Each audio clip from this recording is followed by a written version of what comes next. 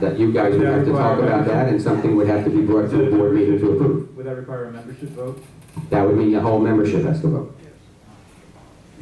Yes, Frank.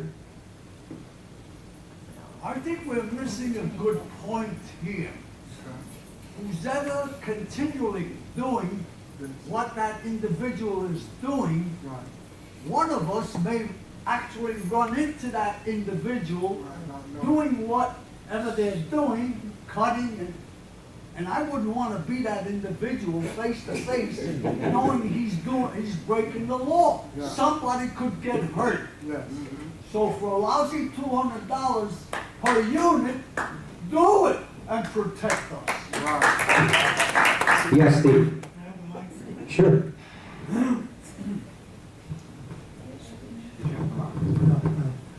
I actually have serious doubts that we will be able to do anything about offenders, even when we know who they are, because we have surveillance cameras. And I'm going to cite two examples. I have a neighbor next door to me. She's elderly, she's disabled, she's been a unit owner here in good standing for more than 20 years. She has been abused by renters, and we know who they are. We don't need surveillance cameras. Nothing is being done about these renters in the unit above her. I had a dog barking in the unit next to me for over a year, complaining. We knew who the offender was. I even stepped outside my door with my phone, called Marvin on the phone, and held my phone up to the door so he could hear the barking dog in that unit barking day and night. When I approached management and security on this issue, I was told there's nothing we can do, because if we accuse this person of having a barking dog in there, they will deny it and they will sue us for harassment. So if we can't do anything about people when we know who they are, I don't want to piss away all this money on surveillance cameras. Thank you. Okay, I do have an answer. Let's talk about the dog issue for a moment. When it comes to the dog issue, first I'm assuming they don't have one of those, it's not emotional, it's just a regular dog. They've been foreclosed on, they're gone. What do you, the person with the dog? Yes, the unit has been foreclosed on, they're gone. The dog isn't there anymore? Right. Okay. All right, let's assume that they're there still, okay? This is a big issue. We have a huge issue with dogs, big. And when it comes to dogs who have been here for a while already, it takes court action to get rid of them. It does. It takes court action. And I was on the phone with the attorney asking this very specific question with a member of your community who happens to be sitting in the audience in this room. And I put the attorney on speakerphone and asked him that very question. If we put cameras in and somebody who's renting comes in with a dog, let's talk about renters for a moment because it's a little easier. And it's not, and he asked me, is it an emotional support? Did they put, I said, no, let's just say it's just a regular dog. If I try and evict them, will I be able to evict them? He said, it's very different when it's a renter. He said, if they came in and you find out a month or 2 or 3 later that they brought a dog on your property, they're breaking the rules. I read him the addendum that we have for our renters. We will be able to take action with that person because it's a renter. They're coming in after the fact. They signed the rules with no dogs, so we can evict them. The problem that comes with people who have had them for many years, is it becomes a court action. And we got an approximate price per dog would be about $5,000 to go through the process. Yes, sir. Yeah, When those people bought their apartment, they sign on the application that they don't have dogs or with these poor people Correct. that allow dogs. correct. Okay, so they sign something. That's right. We sign something, so Right. you cannot go to them and say, this is what you signed. When I even asked, we even talked about that when it came to, and I said, look, the person, then we moved away from renters and we talked about owners. And right away he said to me, owners are different.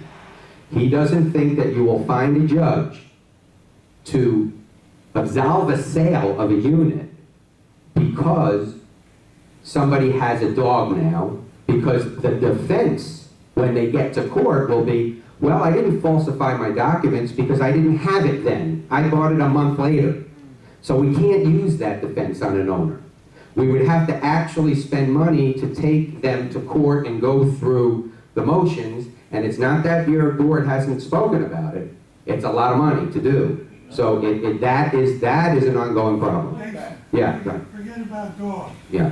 Why are we not evicting the renters upstairs from Claire and Dana Hollinger?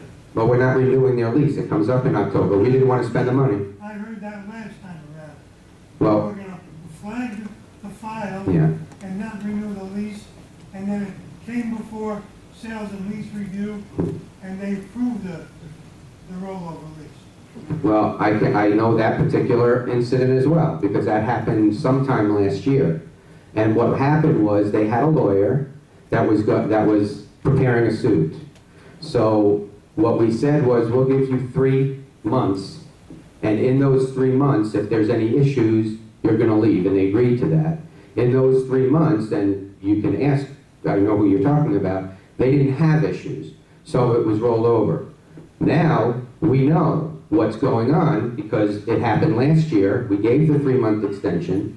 It worked. It shut them up for those 3 months, and actually it didn't even have a problem until 5 or 6 months later. Now, they're going to be coming up for lease renewal, and they're not going to be renewed.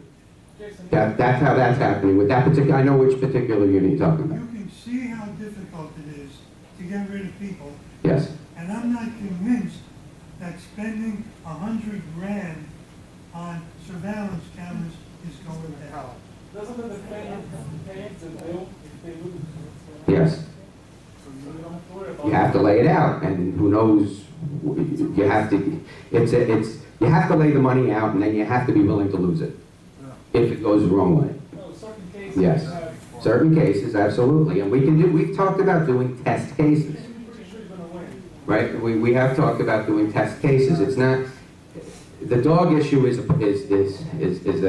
very difficult issue. Well, the cameras will help. Hmm? Oh, yeah, well, especially if look, if you have cameras and they're doing stuff, I mean, it helps you in court. It helps you, there's no question. It makes your case a lot stronger for you to make a decision to say, okay, we're willing to spend this money because of what we have, and it can also make a defendant's attorney say, look, they got some evidence here. So every piece of evidence does help when you're in a court, but it doesn't change the process. It's a process. But when you're talking about renters, and you see them cutting something, we're not even going to deal with it. We're going to send it to the police. Let the police deal with it, because now they're getting into a different part of the law. You said you were gonna put a surveillance camera Mhm. on that back door of Zurich to catch the person with the reciprocal saw that keeps cutting that lock. That was St. Maurice. That's the way surveillance cameras should be used. When you have a chronic problem, put a camera there, catch the offender, but don't put cameras everywhere in the entire building. Okay. And, yes. Isn't there a policy regarding the dogs that when the people take the dogs outside, they have to carry them? be walking Well, on the property? the policy is no dogs allowed. So I will go on record saying the policy is no dogs allowed. If you have a dog that's an approved dog for whatever legal reasons, you have to take them outside of the property to go to the bathroom. Well, there is one neighbor in my building that has 2 dogs. He used to carry them in a bag to take them outside on the street. Okay, if there are particular things, I think we'll take at the end or tomorrow, but this is more to discuss the Ladies and gentlemen, agenda. it's 9:15. There's no vote that's going to happen right now as far as security, as far as the cameras. I'm sorry, I'm going to have to stop the conversation now. We can talk about this for hours and hours and hours. Nothing is going to be decided right now. There is a meeting of the Projects Committee set for tomorrow. 6 o'clock. 6 o'clock.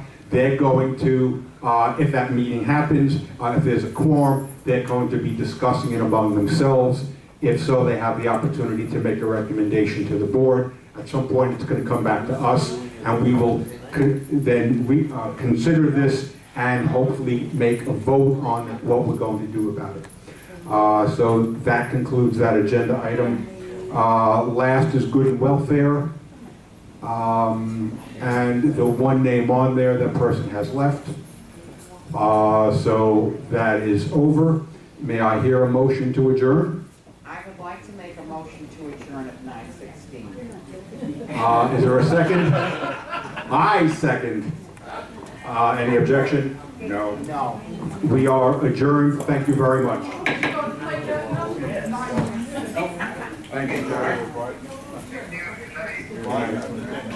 night, Mark. Good night.